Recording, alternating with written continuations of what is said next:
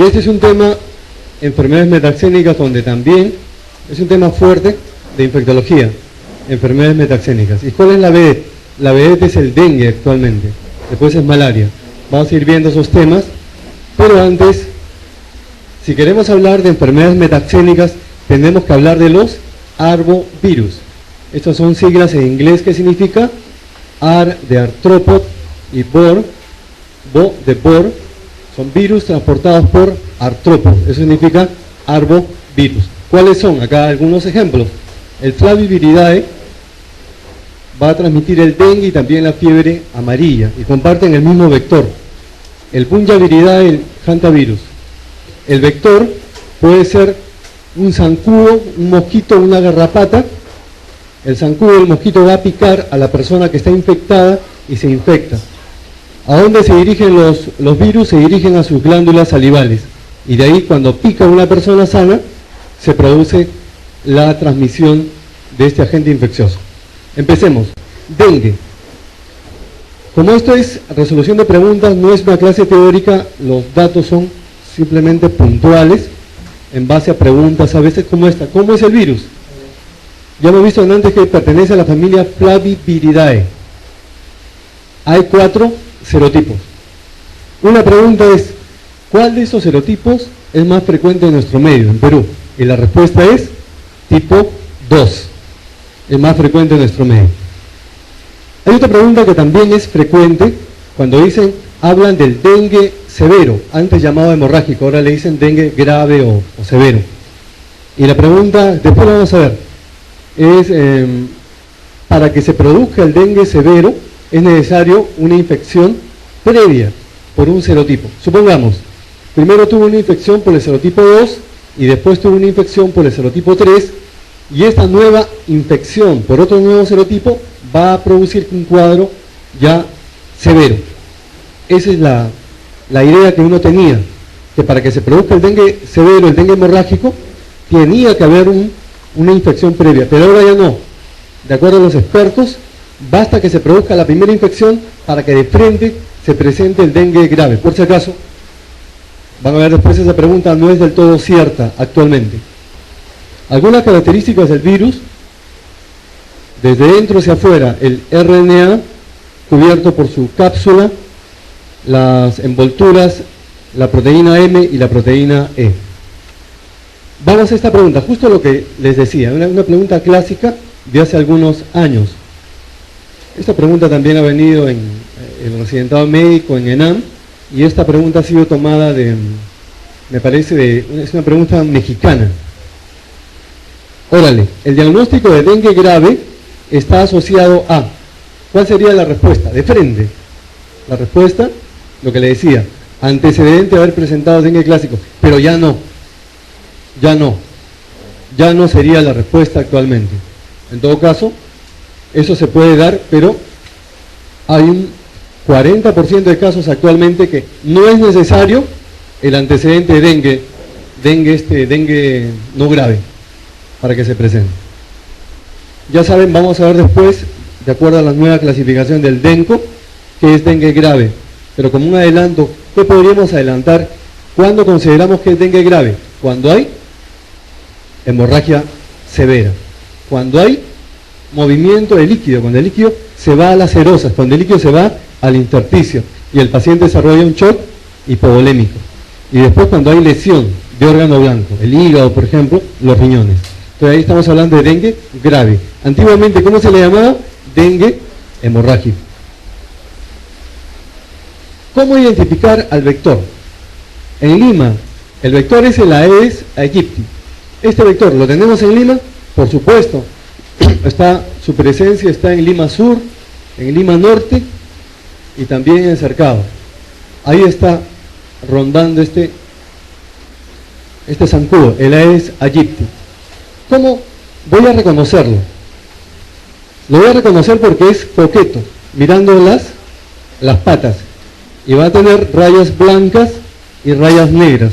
Parecido a las medias de esta chica, rayas negras y rayas blancas. Antiguamente había un club clásico más antiguo que Alianza Lima, se llamaba el Sacachispas, también tenía unas medias así, blancas con rayitas negras. Otro detalle de este vector es que es como el caballero de la foto. Este Aedes es muy casero.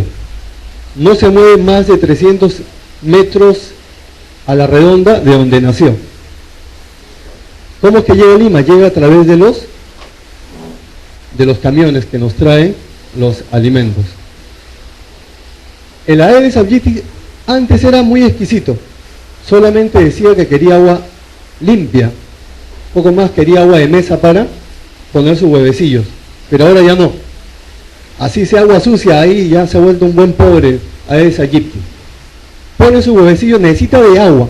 ¿Qué otro parásito, qué otro mosquito o zancudo necesita de agua para que se dé su ciclo biológico? Es el Anófeles. Esos dos necesitan de agua. Entonces pone sus huevos, a los 2-3 días se forman las larvas, de 5 a 10 días las pupas. ¿Cómo reconoce la pupa? Porque la pupa tiene una forma de coma.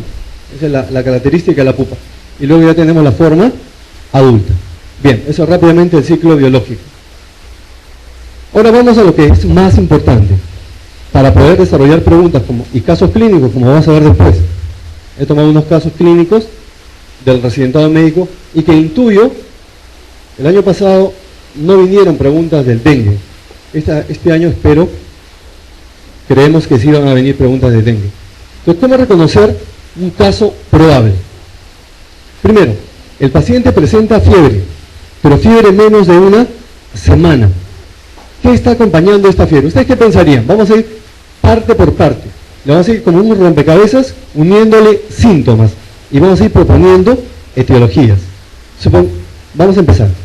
Tiene fiebre y no encuentran otro foco infeccioso. Es decir, estamos frente a lo que se llama proceso infeccioso general, con lo que dicen los pediatras, fiebre sin foco. ¿Qué está acompañando esta fiebre? Anorexia y náuseas. ¿Hasta ahí qué sospecharían? Un paciente con proceso infeccioso general y que tiene náuseas. ¿En qué enfermedad piensan? En hepatitis viral. ¿Tiene náuseas? Hepatitis viral. Hasta ahí. Luego presenta cefalea, pero cefalea intensa y dolor retroocular. ¿Ahí qué pensarían? ¿Cuál de las causas de PIG produce bastante cefalea? Fiebre tifoidea. Vean cómo va cambiando la posibilidad diagnóstica a medida que voy viendo qué síntomas están agregando a la fiebre. Después, además de los síntomas generales, mioartralgias. ¿Ahí qué pensaría? ¿Pensaría en qué? En brucelosis. Artralgias. ¿Qué más pensaría? O mialgias. ¿Qué enfermedad produce mialgias en extremidades inferiores intensas? La leptospirosis, que también está en el diagnóstico diferencial en su primera etapa del proceso infeccioso general. Luego ya se convierte en un síndrome ictérico febril. Luego, diarrea y vómitos. Esto va más para una gastroenterocolitis, una enfermedad diarreica aguda, infecciosa, toxigénica, que podría producir también, pero no fiebre de 7 días. Entonces estaría en contra, ¿no? Esta gastroenterocolitis, cuando es no inflamatoria y produce fiebre, unos 3 días, luego se autolimita. Luego, en el hemograma, leucopenia y trombocitopenia. Ya anteriormente, ya hace algunos años, para considerar dengue hemorrágico, se decía como criterio que las plaquetas fueran menor de 100.000. Eso ya ha quedado borrado. ¿Qué más? Esto es básico en la evolución. En la evolución, a los 3 días aparece una erupción como esta. Es una erupción pruriginosa que justo aparece a los 3 días, pero también puede presentarse al 6.º día. Y al 6.º día, ¿dónde va a estar localizada? En las palmas y en la planta de los pies. Una localización característica, pero a partir del 6.º día. Lo clásico es al 3.er día una erupción pruriginosa. ¿Cuáles serían, finalmente, con qué me quedo para sospechar en dengue? Yo diría fiebre, menos de 7 días, más mioartralgia. Por eso le decían, o le dicen a esta enfermedad en la selva, le dicen enfermedad rompehuesos, por el gran dolor a nivel de las articulaciones y a nivel de los músculos. Me quedaría con la fiebre más miartralgias con el dolor retroocular y con la erupción cutánea. Pero ahí el antecedente epidemiológico es el mandatorio, el que me va a decir esto muy probablemente sea dengue, y es que sea de zona endémica o que haya estado en una zona endémica en los días previos. ¿Cuántos días previos? Entonces, para eso tenemos que recordar lo que vamos a hacer después, el periodo de incubación. A propósito, tienen que memorizar el periodo de incubación porque están preguntando en los exámenes que a ustedes les interesa y también en el examen del residentado médico. Preguntan sobre el periodo de incubación. ¿Cuánto es el periodo de incubación del dengue? ¿Será una semana? Y si lo estiramos un poco más, hasta 14 días de repente. Vamos a ver, hay una pregunta a propósito del periodo de incubación. Entonces, ¿cuánto tiempo tiene que haber estado en la zona endémica? Por lo menos 1 o 2 semanas antes en la zona endémica. ¿Y en qué momento? Esta podría ser otra pregunta. ¿En qué momento ya la persona se convierte en un reservorio potencial para que haya contagio? O pica un mosquito y ya puede contagiar a la persona.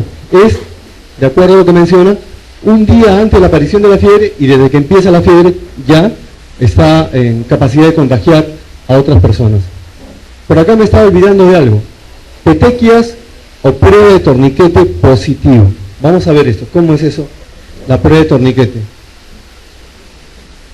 Tenemos acá, colocamos el manguito del tensiómetro y llevamos la presión a un valor de la presión arterial media de la persona.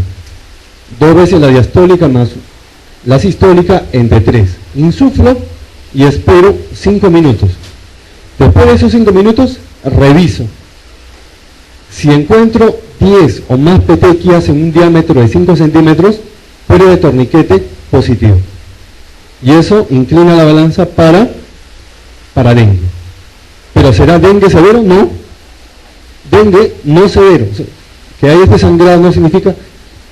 Eso es lo que hay que tener en cuenta también. El paciente puede tener sangrado después de mucosas, eso no está indicando necesariamente que ya estamos frente a un dengue severo. Algo más. Acá está el sangrado. Y esto no significa que sea dengue severo.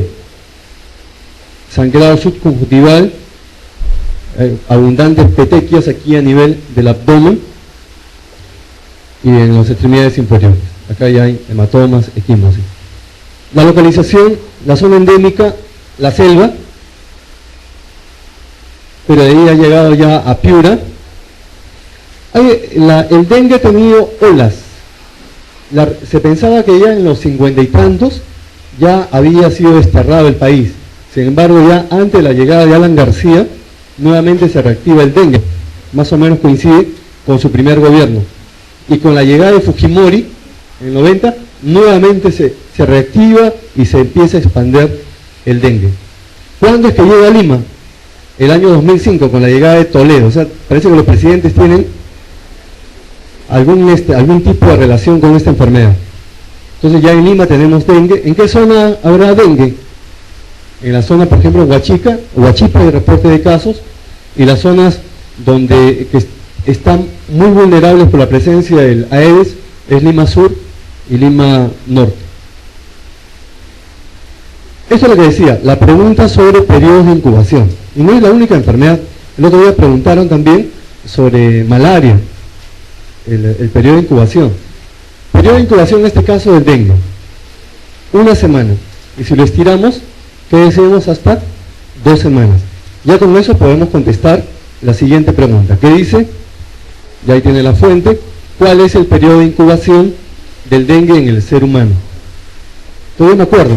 Haya 1 semana, máximo 2 semanas. Difícil que me olvide. 1 semana, máximo 2 semanas. Entonces, la A más de 1 mes, mucho tiempo. B, 6 meses, mucho tiempo. Voy descartando. La B, 30 días, demasiado. Así que, y me quedo con la C, 3 a 10 días, y con la E, 24 horas. Pero 24 horas es muy poco tiempo. Entonces, finalmente, la respuesta va a ser de 3 a 10 días. Realmente le dan rangos. Y listo, está la pregunta. Vamos ahora a la clasificación. Se hizo el estudio DENCO, control de dengue. Se tuvieron como 2000 y pico casos de dengue en 7 países de 2 continentes. Y finalmente el objetivo era afinar la clasificación. No estaba muy conforme la clasificación de dengue clásico y dengue hemorrágico, porque algunos pacientes que tenían hipotensión no cumplían criterios para dengue hemorrágico. Entonces quedó finalmente esta clasificación: dengue con y sin signos de alarma, luego veremos cuáles son, y dengue grave. Lo que decía, ¿cuándo es dengue grave? Vean, no solamente dice hemorragia, sino dice hemorragia severa. Por si acaso, no lo van a agarrar ahí. Que tenga hemorragia no significa que sea severo. Tiene que ser hemorragia severa para dengue grave. El escape severo de fluidos, que el líquido se vaya a las serosas, se vaya al intersticio. Y daño de órgano blanco. Estos son los signos de alarma. Es un paciente que tiene fiebre y ¿qué más? Sangrado de mucosas, tiene epistaxis, tiene gingivorragia. ¿Qué más? Tiene en forma persistente, ¿qué cosa? Dolor abdominal y vómitos. Está que vomita, se queja de dolor y así van pasando los días. Es el cuadro típico que leemos en Piura. En Piura es fiebre y está con náuseas y vómitos persistentes y dolor abdominal. Luego vamos a encontrar aumento del tamaño del hígado. A propósito del tamaño del hígado, ¿cuánto es el tamaño del hígado en una mujer? Es 8 más menos 2. Y en el varón es 10 más menos 2. Hablemos siempre de rangos. Acá va a depender del sexo para considerar hepatomegalia. Un varón será mayor de 12 centímetros y una mujer mayor de 10 centímetros. Luego, el escape de líquido, derrame seroso. Puede haber derrame pericárdico, ascitis, derrame pleural. En el laboratorio, hipolinemia, que va a llevar a mayor edema periférico, y también el estudio de imágenes positivo. Y el hematocrito sí se dispone incremento del hematocrito, que antes se consideraba como también criterio diagnóstico de dengue hemorrágico, pero ahora ya no. Esos son entonces los signos de alarma que tenemos que revisar, que tenemos que buscar en todo paciente que haya sido considerado como caso probable de dengue. Los criterios de severidad. Ya un poquito siendo ya más específicos en cuanto a los criterios de severidad.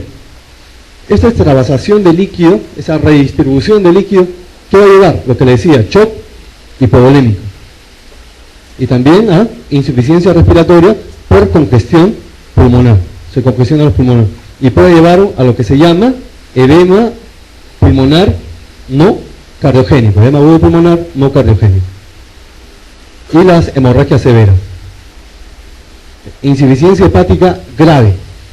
Yo les pregunto a uno de ustedes, tengo un paciente con dengue y veo que está amarillo, está histérico. Ya el diagnóstico está demostrado, es dengue. Pero estoy buscando criterios de severidad. ¿Cuándo diré que tiene una hepatitis grave, tiene insuficiencia hepática aguda? Con lo que dice acá, transaminasas mayor a 1000 unidades, no, simplemente está indicando que es una hepatitis. ¿Cuándo diremos que está en insuficiencia hepática grave? Uno, que el tiempo de protombina esté prolongado, eso no debe darse una hepatitis aguda. Tiempo de protombina prolongado. ¿Cómo?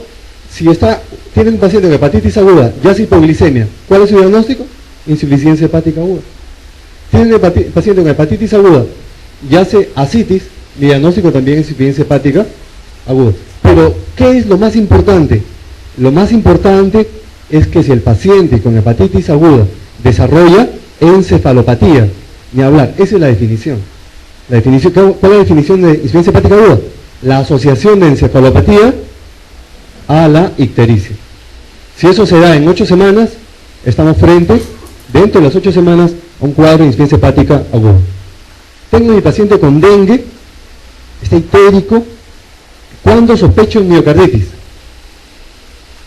Yo le doy posibilidades. Si es que tiene un trastorno de conducción, bloqueo de rana, ¿puede ser? Sí. Otra, si tiene taquicardia paroxística supraventricular, ¿también? Por supuesto. Entonces tienen cuándo sospechar en miocarditis, si hay trastorno de conducción, si hay arritmias del tipo de taquicardia paroxística supraventricular. Vamos a ver esta clasificación del MINSA, Guía de Práctica Clínica para Atención de Casos de Dengue en el Perú, MINSA 2011. Vamos a basarnos. Para eso de las enfermedades metaxémicas, mucho se utiliza la bibliografía nacional. Para tuberculosis también se utiliza los consensos del programa de tuberculosis. Para las enfermedades metaxémicas también vamos a utilizar los consensos nacionales. Por si acaso no estén leyendo el Harrison, dengue leyendo en el Harrison, no. Puede ser, pero para el manejo, para la cuestión práctica, es las guías de MINSA. Acá hay unos pasos. Paso número 1, lo dicen, cuando yo tengo ya el caso de sospechoso probable de dengue. De acuerdo a lo que hemos revisado, ¿cuándo se considera un caso sospechoso de dengue? Cuando un paciente tiene fiebre, menos de una semana, ¿asociado a qué?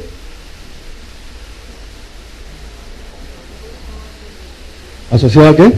2 o más de síntomas generales, cefalea, dolor retroesternal, náuseas y vómitos, diarrea, etcétera, etcétera. Entonces vamos a buscar, ya tengo el caso sospechoso de dengue, ahora tengo que buscar signos de alarma.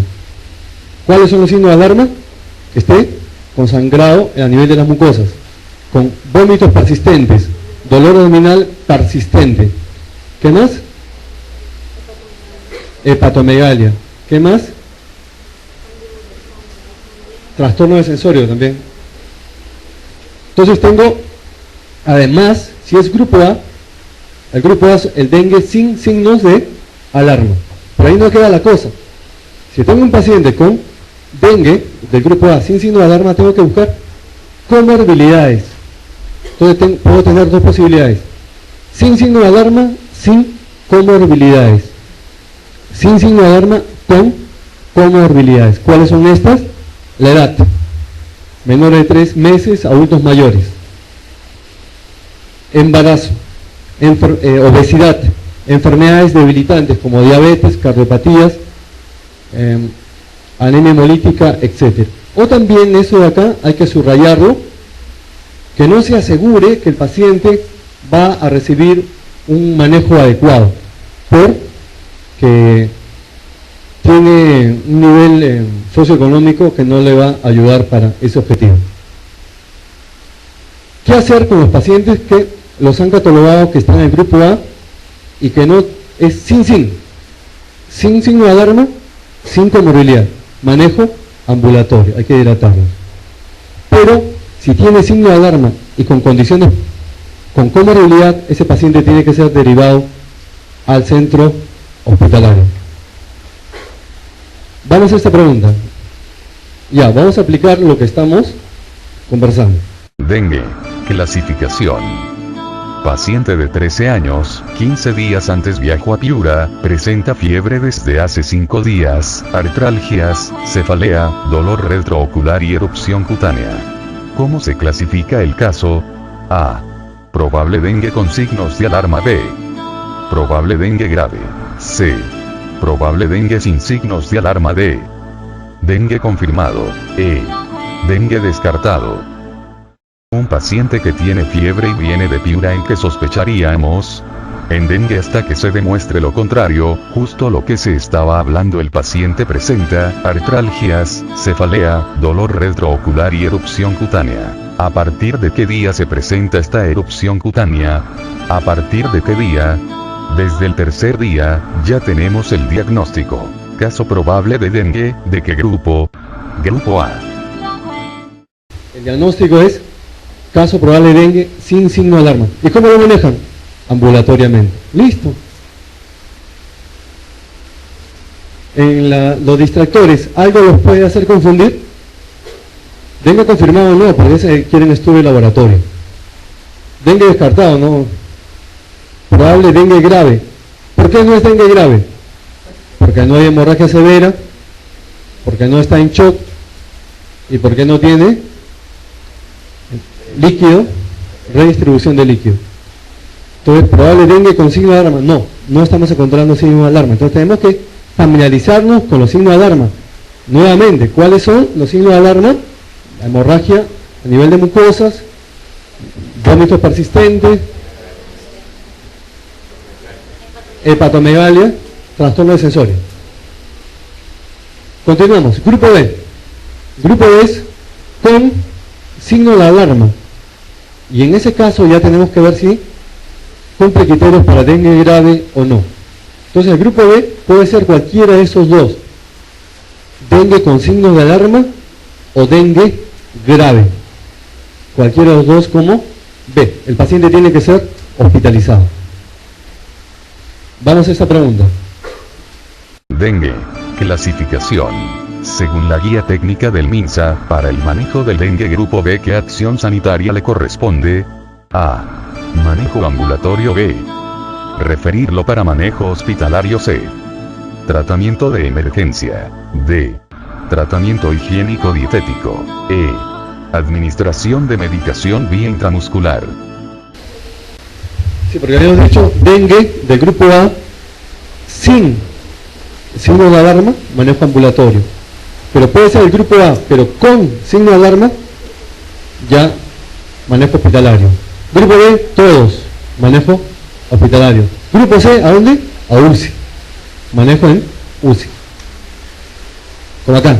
Grupo C. Decíamos sangrado grave. Cualquier vía, sangrado grave. Ese sangrado grave, indudablemente que va a llevar a shock hemorrágico. Luego, shock hipovolémico por redistribución de líquido, insuficiencia respiratoria por congestión pulmonar que podría llegar a un edema agudo pulmonar no cardiogénico. ¿Y cómo reconozco que es no cardiogénico? Porque en la radiografía de tórax no hay cardiomegalia. Eso es una ayuda.